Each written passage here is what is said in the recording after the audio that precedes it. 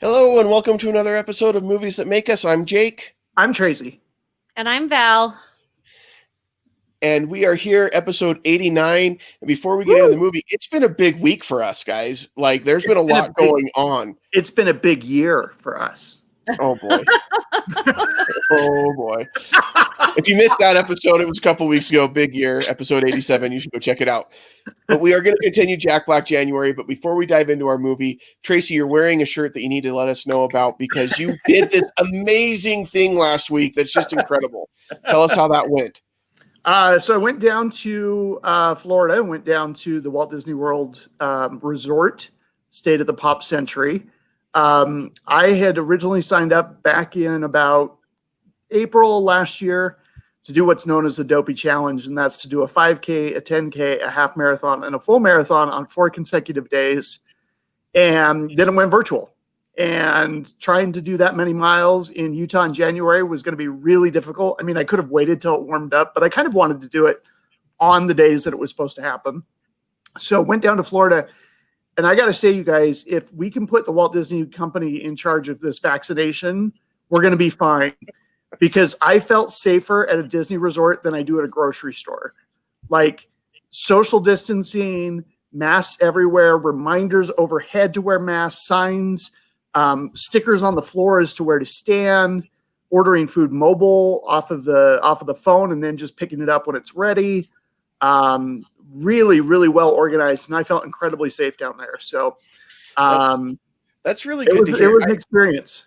I was interested to hear how that part of the experience would be, just because you know they opened in June. We heard about all of the rules and the regulations that they had, and they were really strict. But Yes. Here we are 6 months later, and I was wondering how much has that slackened? How much have people just kind of gotten comfortable with things, and so they're a little bit more laid back? But it sounds like that's not the case at all. The cast members, even like the people who come and sweep up the trash, will remind. I saw a couple families where the kids had pulled the mask down, and they would walk up and just say, "Okay, sorry, I need you to pull your mask up," and stuff like that. And they will actually remove. If you take your mask off during a ride, they will stop the ride. If you take your mask off for a photo, they will delete that photo, and you won't have access to it. They're not putting up with. They're too expensive to slack. Like it's too expensive for them to slack. One, they'll have to shut down the one resort that they've got running right now that's at almost, that's making the most money. And two, they get sued. Like, I mean, they do care, but also it costs them way too much money to slack on stuff like this. They want to get all of their other parks open. And I really like what they did in California last week by making Anaheim parking lots like the first big like bubble of getting everyone their shots and everything. So that's really great. It's not only the happiest place on earth. It's not only the happiest place on earth, it's the healthiest place on earth. There you go. I mean, except for some of that food that you were posting. Oh my gosh. Some of that wasn't very healthy, but it looked delicious. I ate so much, and I'm like, I'm gonna punish myself for this, and I did. Like we ate around the world in Epcot. They had their culinary. Well, they had their arts festival. They had an arts festival, so they had like paintings and sculptures and stuff like that. But it was also culinary arts, and the food was so good. But when I did the half marathon the next day, I was hurting. Totally worth it. Totally worth it. But it was a good experience. Yeah. I was amazed as we followed your adventures in Orlando. Obviously, the food and the rides and all of that was awesome. I was living vicariously through you, wishing I was at Disney World.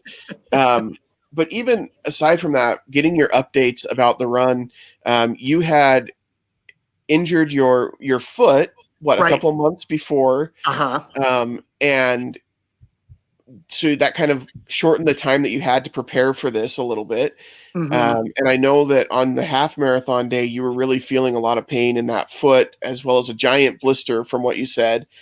Marathon day, I got a blister, and I'm not kidding you guys. It was like that big on my heel. It's the biggest blister I've ever had in my life. And so luckily I had some alcohol wipes and a safety pin and sterilized it and poked it and bandaged it up. And then I put KT tape, athletic tape, several times around to give my foot more cushioning so I could finish this thing out. So I took it slow. I probably would have been swept. I probably could have finished in time if I had to, if there were people there and stuff like that. But just walking around a lake at the resort, I'm like, you know what? Better be safe and sorry and not do anything stupid.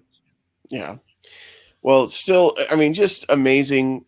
It was 48.6 miles. Is that right? 48.6. When we added in the amount of walking that we did at the parks as well, I ended up over the week 105.2 miles. Wow. That's awesome. That's Awesome. crazy. That's crazy. Well, I'm excited too because we're going to have Tracy on Multiplane podcast later on in this week, and we're just going to let him tell us everything. We're going to talk about rides. We're going to talk about the run if people want to get into the run, because all three of us are going to be running in 2022 together, along with some other people from Stolen Droids and some family members and that kind of stuff. Tracy, hopefully, since you're making us run, you'll also show us where to get all the awesome food. I got you taken care of. All right. I got you hooked up. I'm a vet with these, so I know all the little ins and outs. If we're in Orlando, I may never leave Germany once we get to the Germany pavilion. I may just stay there. I'm gonna hang out. Are we doing Orlando or are we doing Disneyland? I think it depends on where if Disneyland is going to be open and ready to go by that point. They are, because they have announced that we get to experience the new Marvel, whatever the crap it's called. My brain is done today. They said they're opening. Yeah, Marvel Campus is opening this year. They didn't say what dates, but they always have a plan. So I'm sure if they said, they wouldn't say that if they didn't mean it. So something really awful would have to happen for whatever their plan is to go awry. My preference would be Anaheim, just because it's closer for us and less humid.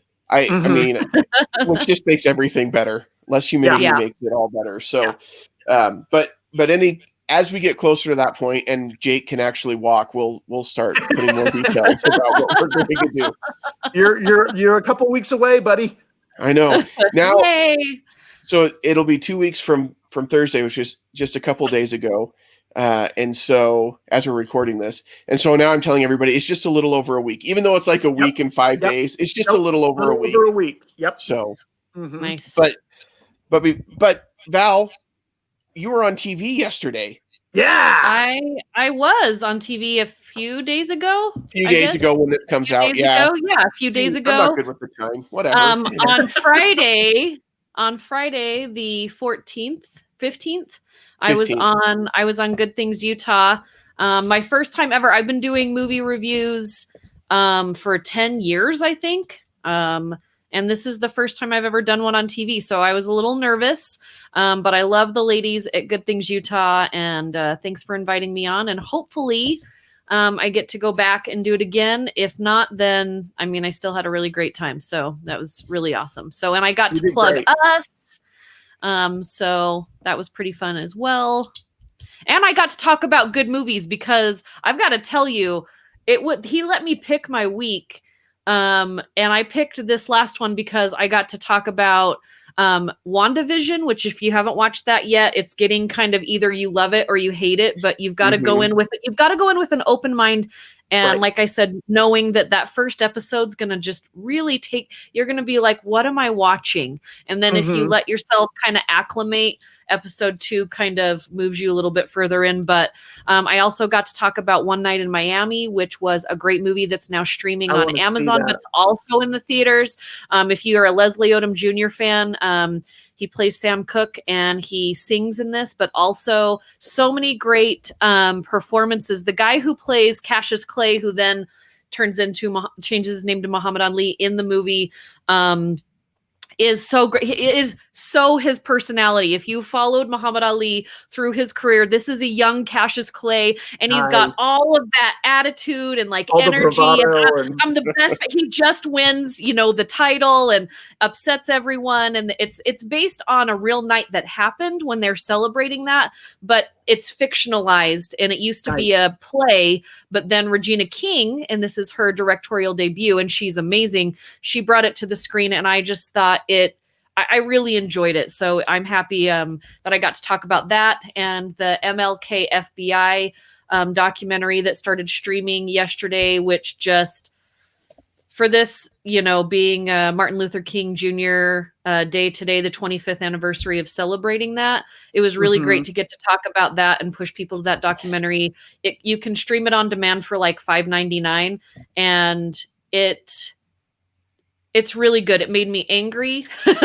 It made me uncomfortable. It made me upset. Good. And then it made me happy that these government documents were finally declassified, and all of these things that we've had rumors about what was going on with the government and MLK back then, we actually have answers to. So that was good. And then the new Liam Neeson movie, which The Marksman is it's a dollar store version of a Clint Eastwood movie that we've already seen. I love Liam Neeson, but I do too. He's in this rut recently. Well, and the thing is he doesn't suck in the movie, but the movie sucks. So if you were to take him out of the movie would really be just awful. He is a great actor, but the movie doesn't live up to what it should. Like if you see it, it's not a movie that I think you should run out to the theaters to see. If you want to rent it at home, great. But you'll watch it and you'll see what I mean. It's not the worst thing I've ever seen, but I have an expectation of him, and I have an expectation of him if he's going to do something like what this is a very Clint Eastwood movie. I can see when I'm watching it, I can see Clint Eastwood doing it. And I have a larger expectation of something like this. And I'm watching it, and the whole time I'm like, I've seen this movie before. It was better. Last time it was better when I saw this movie. It's like when you go to Louis Vuitton, which I've never done in my life, and you're like, ooh, I really like this bag, but I don't have enough money. So then you go to Walgreens and you get the discounted one. And then you're just keep looking at it like, I've seen this better, and it felt better, and it looked better, but I guess I'll just do with this one. This is what I can afford. Yeah. That's what this movie feels like. That's what that movie felt like. So it's a knockoff Louis Vuitton. We should start rating our movies that way. How many knockoff Louis Vuitton? And the thing is like I don't know much about that world, so I would just be pretending. Like I know what Louis Vuitton is, and I know what it looks like, and I know it's expensive. But if you were to hold up two purses in front of me and not show me, like, I wouldn't be able to tell you what was what. I don't care. Well, but that's why Jake and I are here. We'd be able to help you out there. So that's why I give things like dollar store, Walgreens, Target, Dillard's. Like that's kind of like where if I'm being super fancy, we're going to Dillard's. But that also means I have to be in the mood for the mall. So you gotta have two. I've got to have money, and I have to be in the right mood. So those are two things that don't happen at the same time very often. those two things usually don't converge. Yeah. Well, speaking of cheap knockoffs, the movie that we're talking about today. See how I helped you with that your was segue? Perfect. I'm like, I've got a good segue right here. High five. That's why you are the producer and King Jacobby. Whatever. So be kind, rewind. Tracy, this was your pick as we talked about Jack Black January. I had heard the name of this movie. I hadn't seen it. It was definitely one, I think, in 2008 that flew under a lot of people's radar because it's not a big budget movie. And then I started watching it, and I thought, what has Tracy made me watch? That's not a good start. Well, so, okay. But by the end, I really enjoyed this movie. So I'm going to say that. But as you watch it, I do think the movie overall suffers from an identity crisis of not really knowing what it is, because you've got a little bit of the supernatural with Jack Black and whatever's going on with how he gets his magnetic powers. Then you've got kind of this buddy comedy thing going on as they're making the movies. And then it's a feel-good like story about a neighborhood in New Jersey. And Like it's all of these things all at once and none of these things all at once, but somehow it's still fun.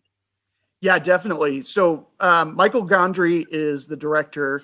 We've talked about one of his movies before. Val doesn't like it, but Eternal Sunshine of the Spotless Mind. I don't hate it. Right. It just makes me sad. We've talked about why. Yeah, it just makes me sad.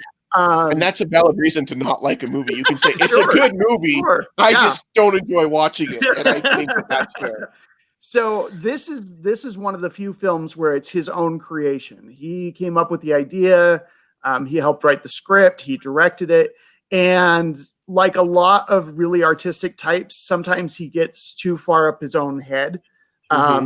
He needs somebody sometimes to tell him, nope, you got to focus. And so when he's directing like a Charlie Kaufman script, he's fantastic. This does meander. It's definitely multi-part. It drags at the end, but this is such a love letter to film and filmmaking and community getting together and watching film. Overall, I think that it holds up okay. But the parts that sing beautifully. The parts where they're sweeting the films, which they're from Sweden, so that's why they're short. Yeah, they're sweeting. So since this isn't really well known, I guess we should set up a little bit as to what happened. So Jack Black, Mos Def works at a video store, and again, I have a soft. Isn't it Mos Def? Yeah, Mos Def. Sorry, yeah. He's not a Star Wars character. No, he's a musician. Yeah, Mos Def was just a town over from Mos Eisley. Mos Def is the musician. Yeah, he was the musician in the cantina. That's what it was. He works at a video store. And Most Deaf is my son who can't hear anything. So you got Mos Def, Most Deaf, and Most Deaf. So sorry, sir. Tip of the hat, sir. That's Jad joke level expert. Thank you. Well done. Thank you. But you guys know I've got a soft spot in my heart for video stores and video clerks, and so he's working there, and then Jack Black, in a very weird way, becomes electromagnetic, and he ends up going into the video store and erasing all of the video cassettes. And so they no longer have movies to rent, and they are in some financial trouble. And Jack Black comes up with the idea of remaking these films, very low budget, very charming and endearingly. And they actually become quite popular with the people of the neighborhood. Then there's a subplot where they are going to lose the video store building. There's another subplot with Fats Waller, whether or not he was born at this location. And then the community comes together to make a film to try and save the building at the end. So that's kind of your basic setup. But yeah, the parts that really work for me, like the whole reenactment of Ghostbusters, cracks me up every time. Yeah. Oh yeah. And there are some just brilliantly funny moments in the film and actually very touching moments in the film too. It does meander quite a bit. I mean, going from Jack Black gets his powers from going to a power plant, and then there's some accident and it makes him electromagnetic, and like that was just the most bizarre thing because like then he's just better. Like he's just fine after like he touches all the videos and like he ends up peeing. And throwing up, and that gets all the electromagneticness out of him. And I'm pretty sure that's scientifically sound. I think that's how that works. Somebody should have told, maybe some Marvel Cinematic Universe people that's how you get rid of it. I'm sure Hulk would have been really happy to know that all he had to do just had to pee and puke. Well, it may only work with seawater, and it may only work with electromagnetic powers. So, like Magneto hasn't peed in years because he just doesn't want to risk it. Yeah. No wonder he's so grumpy. Yeah, that's why. So angry. I have some other theories, but they're too disgusting to talk about, so I'm not going to bring them up.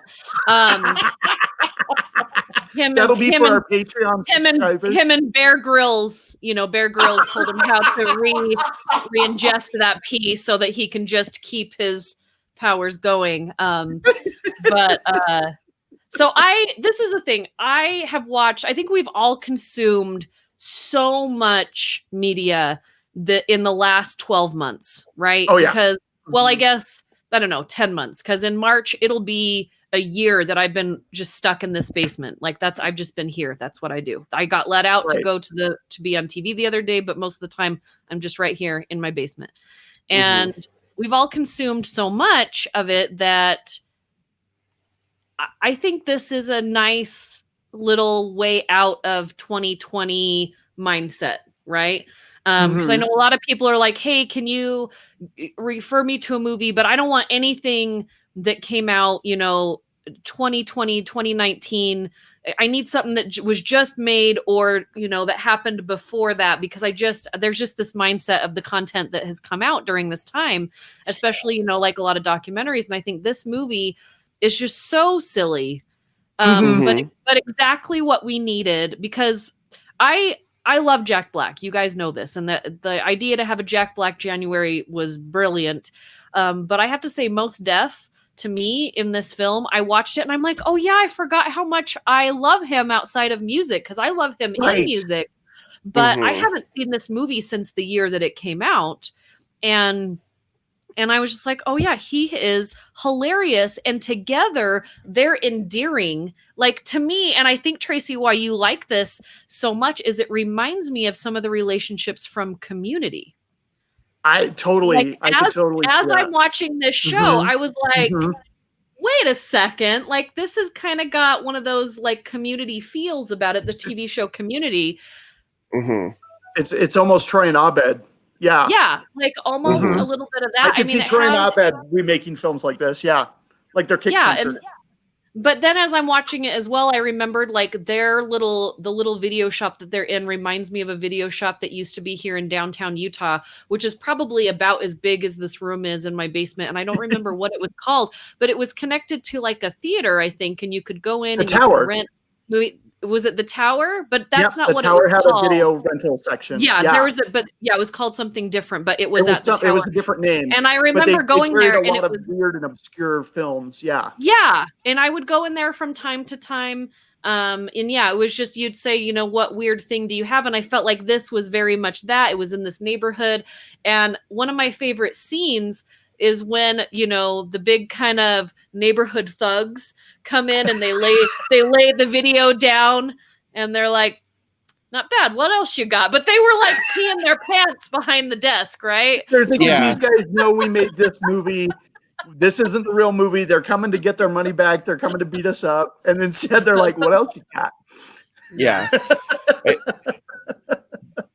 So there, and I think that's one of the first things that I really like about this movie is the nostalgic feel, because when we're talking about video stores and everything, I mean, this is done in 2008, when all of the small video stores, like this is the end of the small video store at this point. And it's weird to me that even in 2008, they had a store that was exclusively VHS, but this is in a very low income neighborhood. Yeah. And just a kind of, but they're getting run out of business too by the big video store that's like just across the street. That's basically Blockbuster. Yeah. And is the juggernaut in the film. And I thought that's really kind of ironic because Blockbuster's also gone now 12 years later. So it's just, but it is that nostalgia of, those weekends where you'd go with your friends to pick a movie and you had no idea what you were going to pick. You weren't necessarily going for a specific movie, and you just kind of wander through each section of the video store from drama to action to comedy until you just see something that like looks good, or maybe you heard of it and you're like, I never saw that one. Let's pick that one up. And those days are just like, I miss those days. I can do the same thing on Netflix, but it's not the same. Scrolling through menu after menu. It's not the same as being there and able to hold the case and look at the video and decide, okay, this is the one that I want to pick up. And, and this reminded me a lot of those times. Yeah. For us in Taylorsville, and that was like, this movie was so nostalgic, but I grew up in Taylorsville, Utah, went to that high school. There was a big Blockbuster right across the street. We would go to that Blockbuster. We would pick out our videos. We would then drive across the street and get cheese fries and scones from Scone Cutter. And then we would head back to someone's house. And I'm like, but both of these places are gone now. Like, my childhood is disappearing. It also gave me a little bit nostalgia because here in Utah, for those of you that aren't from here, we had a video store that would edit content out of movies that they didn't feel was appropriate so that you could watch every movie that you wanted to watch, but without the inappropriate content. And in this movie, it kind of reminded me of that too, because they're just remaking it because they had a problem, but it's still the copyright issue of you can't really do that. But the fact that somebody had a whole video store here in Utah that they would advertise that they cut the stuff, and it lasted way longer than it should have before they got shut down. I want that same person to cut snakes on a plane for me. And I want to see just the 5 minutes of the film. I was going to say it'll be a 3-minute short film. Yeah. It would definitely be shorter, like those films from Sweden, for sure. And that is such a Utah thing to do. Like this desire to like, we've got to be in on everything with everybody, but we got to be also righteous at the same time. Sorry, righteous in air quotes is what I mean there. But I just thought it is such a weird thing. It's super ballsy. Like you're taking on every movie studio and you and nobody told you this was a bad idea. Like these guys are just silly. They're in a small neighborhood. They're trying to fix a problem by making these movies. It's not that they're cutting the original content. They're just remake. So I can see how this silly thing, but for like someone to be like, I'm just going to edit these films. Like that's their business model. Like we're just going to take these films. Forget the FBI warning. We're just going to go ahead and just like no big deal. But we erased that. Yeah, so the that was my warning has gone away. It's right at the beginning of the movie. Yeah, we erased it, so it's fine. So we're fine. We're totally fine. By the way, just in case you're wondering, if the FBI comes to arrest you and you're going to end up having to pay like billions of dollars in fees or 63,000 years in prison, is what they figured out. They don't just go away after they destroy your videotapes. Like usually you will actually get arrested, kids. Just in case you're wondering, it's not like they're going to show up and be like, well, if you let us destroy all the videos, then it's fine. We'll call it good. We'll call it good. Be fine. I think right now, like today, if you were going to do something like that, and please do not take my advice. I am not a lawyer. I do not know. I think right now you could get away with this and you would be fine because there's bigger things in the world than like redoing video cassettes and that FBI warning. But like in a year's time, go back to every other year's model. But right now, I think there's some distractions. Well, so go ahead and try some things, but don't call me if you need to get bailed out. Unless you edit them and call it like the Patriot Edition or something like that. And then you probably get in trouble. Don't do that. But one of the things that I loved about this film is after it came out, they actually encouraged people to do their own sweeted films and upload them to the website. And it was kind of considered fan tribute because it's not really, it's kind of this gray area. And some people got in trouble for it and some people, but I got to tell you, just the nostalgia of working at the video store. I worked with mostly teenage girls. There was like one other guy that worked there at the time, and I was going to film school, and we would have to put out, our boss decided to put out a staff recommendation section, and all the girls would have like Anne of Green Gables and The Parent Trap and some stuff like that. And when While You Were Sleeping came out, that was a big one in all the girls sections. They'd like fight over who could have that in their section. And I'm putting like Brazil from Terry Gilliam. I've got like, I can't even remember some of the movies, but we didn't carry a lot of obscure, weird movies, but I would put them out there. And it was really fun because people would take my movies and would go watch them. And then they'd come back and either they loved what I recommended and said, what else can you give me? Or they hated me. And they're like, what is wrong with you? Yeah. We watched this with our kids. It was hostile. You should have warned us first. Well, now Eli Roth entertainment for the family, you know. But that's one of the reasons I wanted to suggest this film is because, like Jake said, it did fly under the radar. It's not as well known. It's not one when you think of Jack Black you immediately come to, but it's just so wildly creative and inventive, and it is such a love letter to film and cinema, and to an age that I'm dear to. So I always like recommending non-mainstream stuff to people and finding these little hidden nuggets that you can enjoy. Yeah, and I miss things like staff picks or recommendations like at a video store, because like now I get Netflix's recommendations and they're all just Netflix movies. They just want me to watch the movies that they made, you know, and or like recommended for you. Oh, this was a superhero movie and you watched a superhero movie, so you're probably gonna, you know what I mean? Mm-hmm. Yes, Val. Can we do a monthly recommendation, like top 3 Val, Tracy, Jake picks of either I love that idea. Our recommendation of movie or streaming that we're watching right now? Yes. I love it. I love it because I think what's interesting, because you mentioned, Tracy, is people would pick your movies and they'd either love it or they'd hate it. But like, I love that when you would go someplace and you'd find that staffer that like, okay, this person gets me. Like I get what they're into. And so if they're recommending it, and I think the three of us, while we enjoy a lot of the same stuff, we also have very different tastes on a lot of different things. And I think if we were to put out, 3 picks each month, people would kind of be able to see a little bit more of our personalities and find some good movies to watch. So I love that idea. It makes me think of this I'm just throwing this out there. We would love to hear your recommendations, and 1 month we will pick a person who we will also put up on our recommendation list with our recommendations. Cool. And if I have any swag hanging out here, I'm more than happy to send it to whoever we pick. I have a pile of Wonder Woman stuff that I need to give away. And I did find like a Kit Kat the other day somewhere in this room. I'm happy to give that away. Is it like an open Kit Kat or is it like unopened? It's unopened. Okay. I just don't know how long it's been wherever it was where I found it. Is it Wonder Woman themed? No, it's just a regular Kit Kat.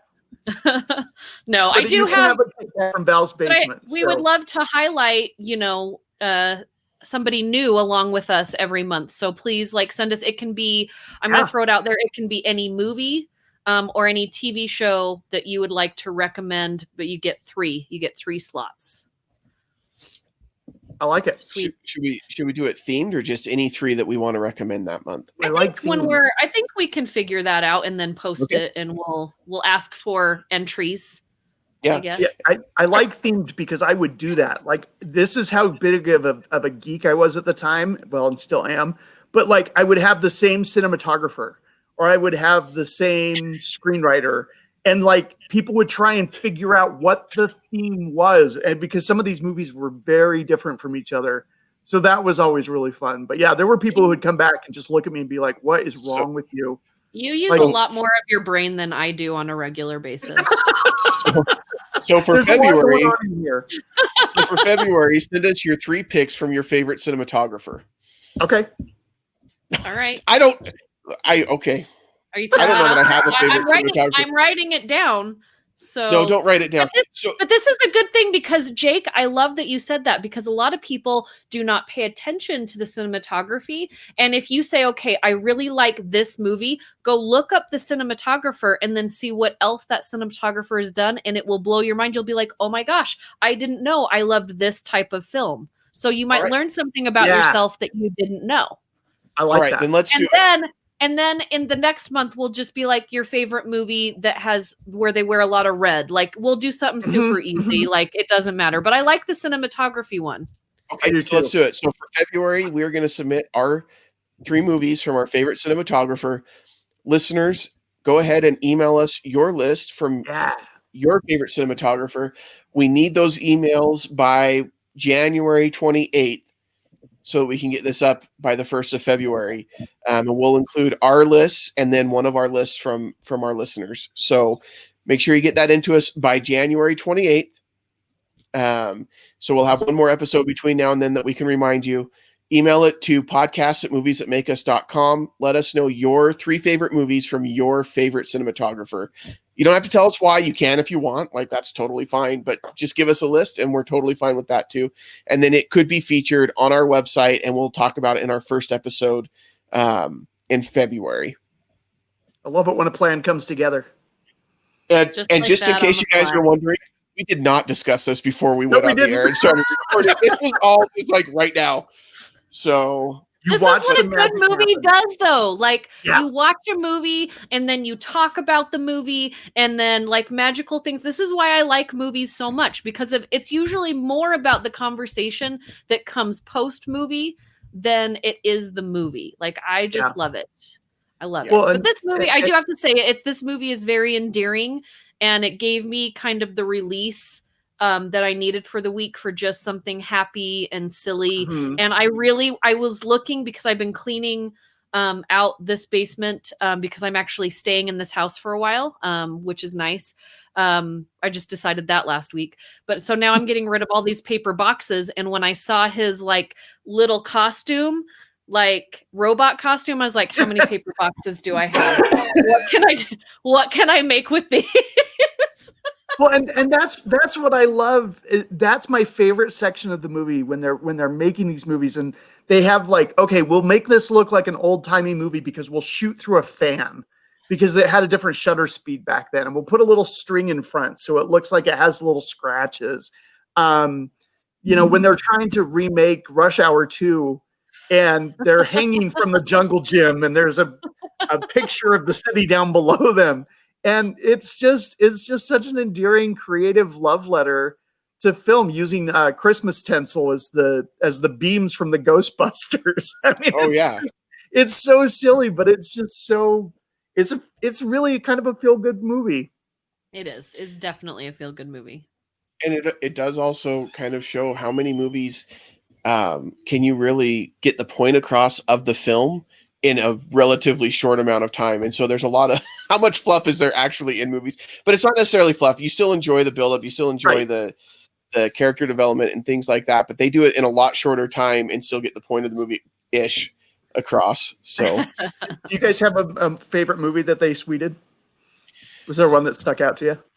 I mean, Driving Miss Daisy was hilarious, because it was so, you could just tell that movie's not appropriate. Like, it does teach you something, the original, but as they're redoing it, you realize just how not appropriate it is. And I absolutely loved that silly moment.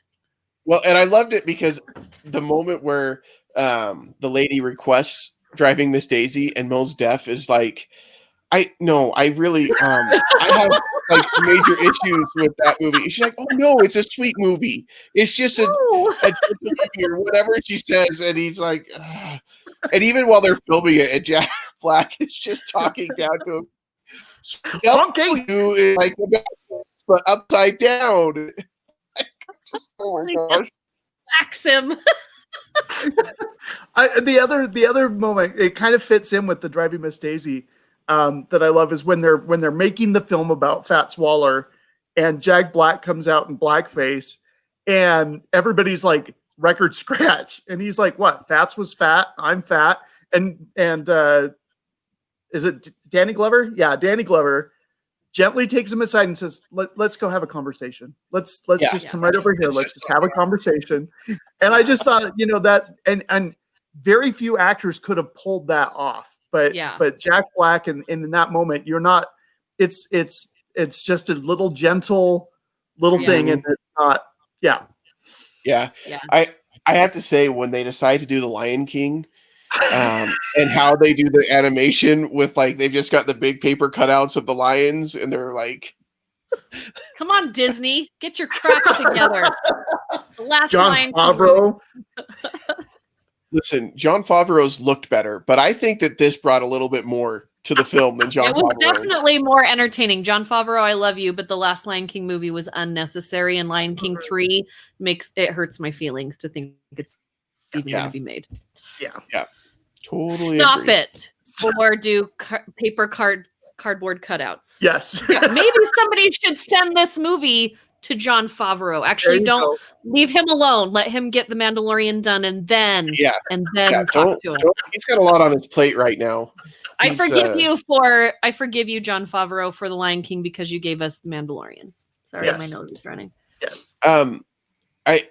I really, at the end of this film, the way the community comes together, one of the things that I think people don't always get, we live in a very suburban area. Like, yes, there's Salt Lake City, and it's a city of size and but I don't want to say a big city because it's not a big city compared to like San Francisco or Chicago or New York or Philadelphia. But there's this disconnect right now between people who live in different communities, thinking that everything is so different. But the reality is, we've been watching a lot of The Middle on HBO, which takes place in a small Midwestern town in Indiana. And they're a community that comes together to help each other and everything else. And then you watch Be Kind, Rewind, and at the end, it's the same kind of feel. These communities, even though you're in a big city, in these neighborhoods, they're a small community unto themselves, and they have an identity that way, and they watch out for each other, and they help each other. And the reality is, whether you live in the big city in one of these neighborhoods, or you live in the middle of America in Iowa or Indiana, we're not that different in the way that we identify and help each other in our community. And I like to see those commonalities, and I wish that people could see those more often. Yeah. For sure. So I agree. So what are we going to give this movie for a grade? We should talk about Jack Black in the movie because he is great, and we haven't talked a whole lot about it, but he is fantastic in the film. And this is much more of I think a typical Jack Black character. And, I feel like Nacho Libre, we got Jack Black turned up to 11. And in The Big Year, we got a much more subdued Jack Black. This is kind of the sweet spot Jack Black for me. Yes. Where he just kind of, it's not over the top, but it is still very much Jack Black. And I think he plays this character really well. I enjoyed him as Jerry quite a bit. And I loved him and Mos Def together. Like they were just really, really good together. It was magical. It was. So Tracy, what do you give this film for a grade? I'm going to give this one a solid B. Wildly creative, very inventive, great acting, some interesting directing decisions. Like we've mentioned, it is disjointed. It is kind of several films kind of mashed into one. It drags a little bit towards the end, but it's just such a sweet love letter to film and filmmaking and community and coming together and doing something creative and positive. I'm with you, Jake. It kind of hits the sweet spot for me with Jack Black, where he does the silly Jack Black stuff, but he's a good actor too. And you see moments of that in this as well. So I'm going to go solid B on this one. Awesome. Val? Yeah, I'm with Tracy. I give this movie a solid B. I really enjoyed it. It was nice to see it again after, I totally forgot about this film. I'm not going to lie. When you mentioned it, I was like, what is this movie? And then I went and I turned it on and I was like, oh yes, I love this movie. But like you said, in 2008, there were so many things that were coming out. And then the next year, we were just getting into these big epic movies. Right. And this is just such a nice refresher. I do like that they're so creative and they show that really, and this being as a filmmaker, if you've ever tried to make a movie and you don't have a budget and you're like, well, we can't do that. They never thought of that one time. They never said that at all. They just did it. And I was just like, you know what?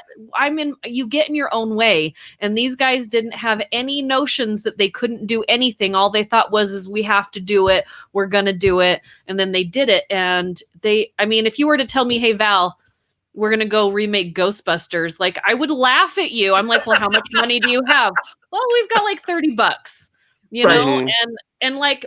So it was really refreshing to see you can do all of these things. Of course, it's not going to look the same, but it was a lot of fun. They learned a lot about each other. The community learned a lot about who they were as a community, which is nice. So that kind of had a Goonies feel at the end. But yeah, solid B, totally entertained. I love Jack Black. I love Mos Def, and together, I would love to see them do something else together.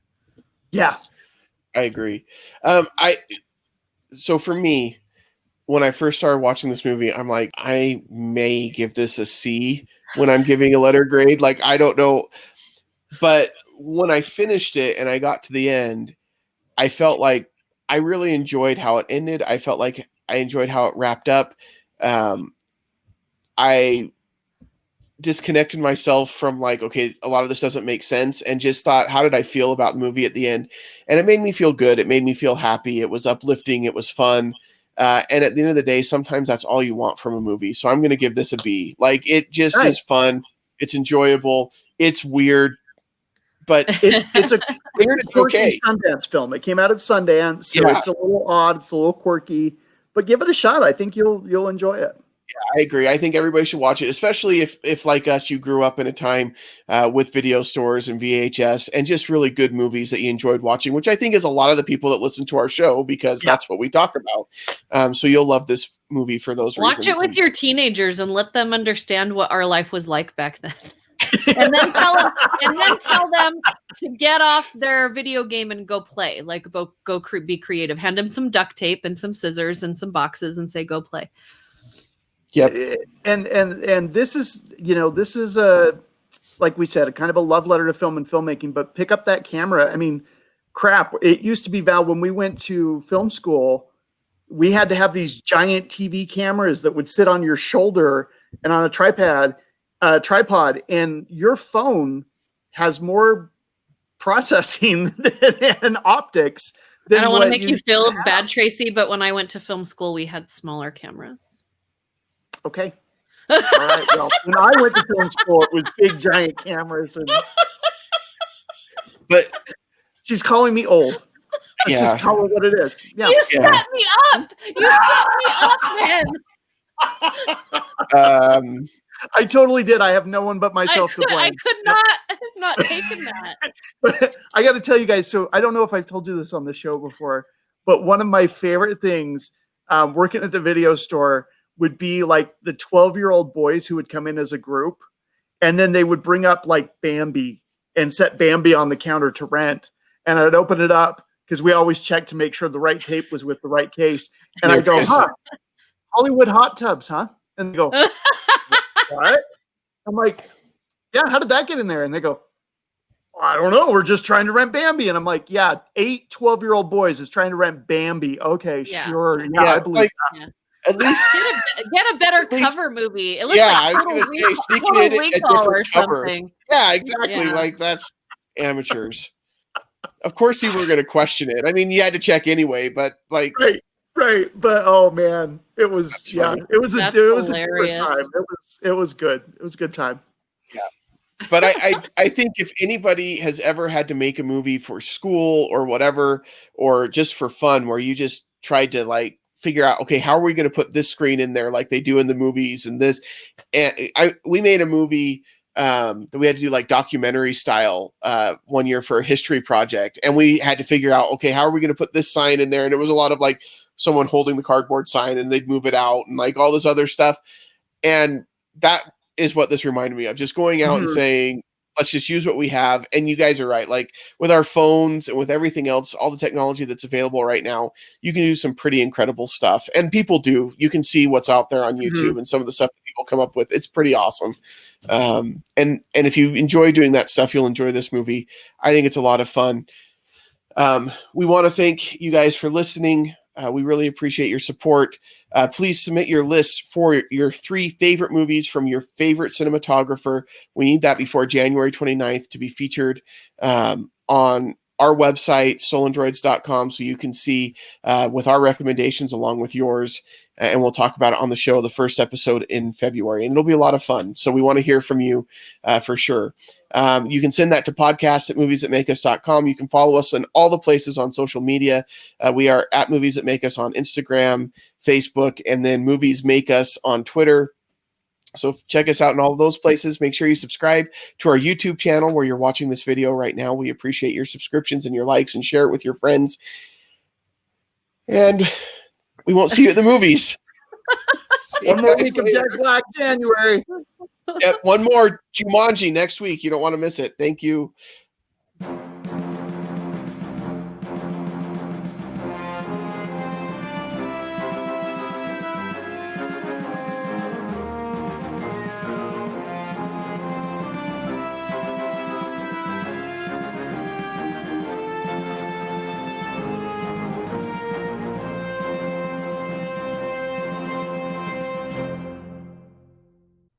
This has been a Stolen Droids Media production.